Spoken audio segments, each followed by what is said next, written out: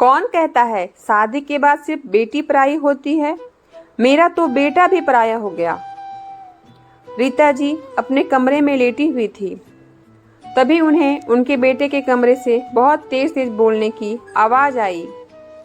रीता जी सुबकाते हुए तेज कदम से बेटे के कमरे की ओर बढ़ी। कमरे का दरवाजा बंद था, पर अंदर से बहू की बोलने की आवाज आ रही थी। बहू प्रिया बेटे अशोक से कह रही थी कि वो घर छोड़कर जा रही है। उसे ये रोज रोज की रोक टोक नहीं सही जाती। रीता जी बहुत असमंजस में थी कि प्रिया पर रोक टोक कौन करता है। जैसा मन होता है वैसे ही तो रहती है। मुझे नहीं रहना तुम्हारी मम्मी के साथ। बहुत ही पुरानी सोच है उनकी, और मैं आज के ज़माने की इंडिपेंडेंट लड़की हूँ। मैं कब घर आऊँगी, क्या पहनती हूँ, हर चीज़ पर उनकी रोक टोक होती है। कल तो वह मुझे मेरे घर जाने के लिए भी मना कर रही थी। अब बस बहुत हो गया। प्रिया ने एक सांस में अपनी फैसला अशोक को सुना दिया। तुम्हारा दिमाग खराब हो गया है क्या? थोड़ा धीरे बोलो। आकाश ने प्रिया पर गुस्सा किया। मुझे पता था सिर्फ तुम ऐसा ही रिएक्ट करोगे। तुम रहो अपनी मम्मी के साथ। You mama's boy. Rita ji समझ नहीं पा रही थी। उनकी बहू को उनका प्यार, अपनापन रोक टोक लगती है। मेरी बहू मेरे कारण घर छोड़कर जाएगी? नहीं नहीं, मैं ये नहीं होने दूंगी। रीता जी अपने कमरे में गई और अलमारी में से एक चाबी का गुच्छा निकालकर अपने बेटे के कमरे की तरफ चल दी। बेटे के कमरे में शांति पसरी हुई थी। चुप्पी तोड़ते हुए रीता जी ने कहा, बेटा ए लो बेटा, घर के ऊपर वाले हिस्से की चाबी। तुम दोनों ऊपर वाले घर में शिफ्ट हो जाओ, अगर बहू को कोई ऐतराज ना हो तो। तू जब बाहर पढ़ने गया था तो तेरे बाबूजी ने घर का एक ऊपरी हिस्सा किराए पर देने के लिए बनवाया था, जो काफ़ी समय से बंद है। तुम दोनों अब से ऊपर रहो। पर माँ, पर कुछ नहीं बेटा, इस उम्र में मैं फ्री रहना चाहती हूँ। बहुत निभा ली घर गृहस्थी की भाग दौड़। अब तुम दोनों अपने घर गृहस्थी संभालो। मैं और तेरे बाबूजी अब आराम से शांति भरी जिंदगी जिएंगे। ऊपर वाले हिस्से की सीढ़ियाँ भी बाहर से है। अब ना किसी के आने की चिंता रहेगी और ना ही किसी के खाने की। प्रिया को तो जैसे बिन मांगे मोती मिल गए हो। रीता जी ने अपने बेटे की आगे जैसे तैसे अपने आंसू पर काबू रखा। कमरे से निकलते ही उनकी आंखों से आंसू रुकने का नाम ही नहीं ले रहे थे। रीता जी के पति की तबीयत भी नरम ही रहती थी। उन्होंने रीता जी को बोला, सब गलती तुम्हारी है। बहू को तुमने ही सर पर चढ़ा रखा है, अब तुम ही भुगतो। क्या सच में सारी गलती मेरी ही है? अपने कमरे में आराम कुर्सी पर बैठे हुए रीता जी सोचने लगी। सोचते सोचते वो उस समय पहुंच गई जब घर में उनके बेटे अशोक की शादी की बात चल रही थी। अशोक ने प्रिया की फोटो दिखाते हुए अपनी माँ बाबू जी को साफ साफ बता दिया था कि वह शादी करेगा तो सिर्फ प्रिया से। वैसे तो रीता जी को अशोक के लिए अपनी सहेली की बेटी बहुत पसंद थी, पर उन्होंने अशोक की पसंद को ही अपनी पसंद बना लिया था। पहली बार मिलकर ही रीता ये समझ गई थी कि प्रिया एक खुले विचार की मॉडर्न लड़की है। शादी से लेकर आज तक वो दोनों को ब्रेड लेकर लंच और डिनर बनाकर देती थी।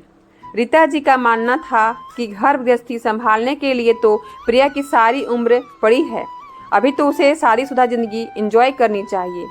शादी के दूसरे ही दिन प्रिया ऑफिस जाने के लिए तैयार हो गई। बेटा कहीं मत जाओ, तुम्हारी मुंह दिखाई की रस्म है आज।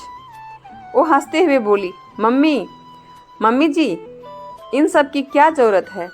मुझे ऑफिस जाना है, बाय। उस दिन रीता जी को अपनी सहेलियों के आगे काफ़ी शर्मिंदा उठानी पड़ी थी।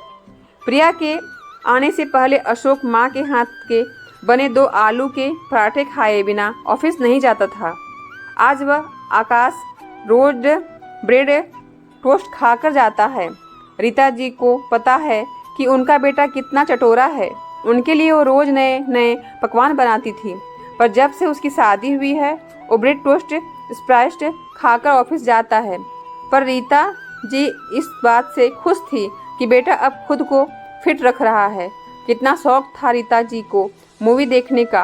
अशोक को भी पता था कि उसकी माँ अमिताभ बच्चन की फ़ैन है। जब भी अमिताभ बच्चन की नई पिक्चर लगती थी तो वह ऑफिस से फ़ोन कर देती थी, माँ बाबूजी तैयार हो जाओ, अमिताभ बच्चन की मूवी लगी है, शाम को मूवी देखने चलेंगे। पर जब से उसकी शादी हुई है मूवी दिखाना तो दूर, उनके पास अपने माँ बाबूजी के साथ कहीं आने जाने का समय ही नहीं रहा। रीता जी भी कुछ नहीं कहती क्योंकि वो पति पत्नी के बीच कबाब में हड्डी नहीं बनना चाहती। रीता जी सोचने लगी कि आप इसे उम्र में कहीं मूवी देखने बाहर जाएंगे। इंसान को बूढ़े होने का एहसास उसका शरीर और उसके बच्चे जल्द ही करवा देते हैं।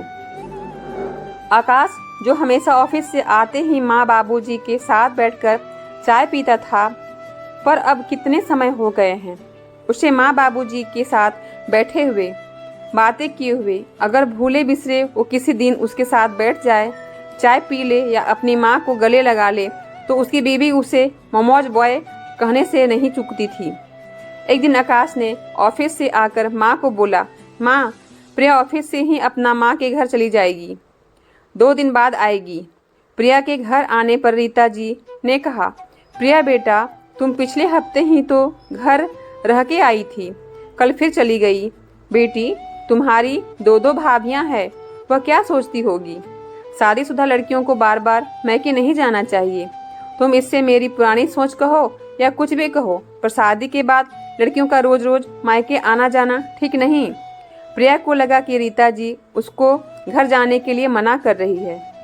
प्रिया जैसी लड़की अपने भाई भाभी से यह चाहती है कि उसके भाई भाभी उसके माँ बाप की सेवा करें, पर जहाँ उसकी खुद की बात आती है तो उसकी शादीशुदा जिंदगी में वह, उसका पति और उसके बच्चे, बस 3। प्रिय को अपनी शादीशुदा जिंदगी में सिर्फ 2 लोग ही चाहिए था, एक तो खुद और दूसरा उसका पति जो उसकी हर जायज़ नाजायज़ बात मान जाता।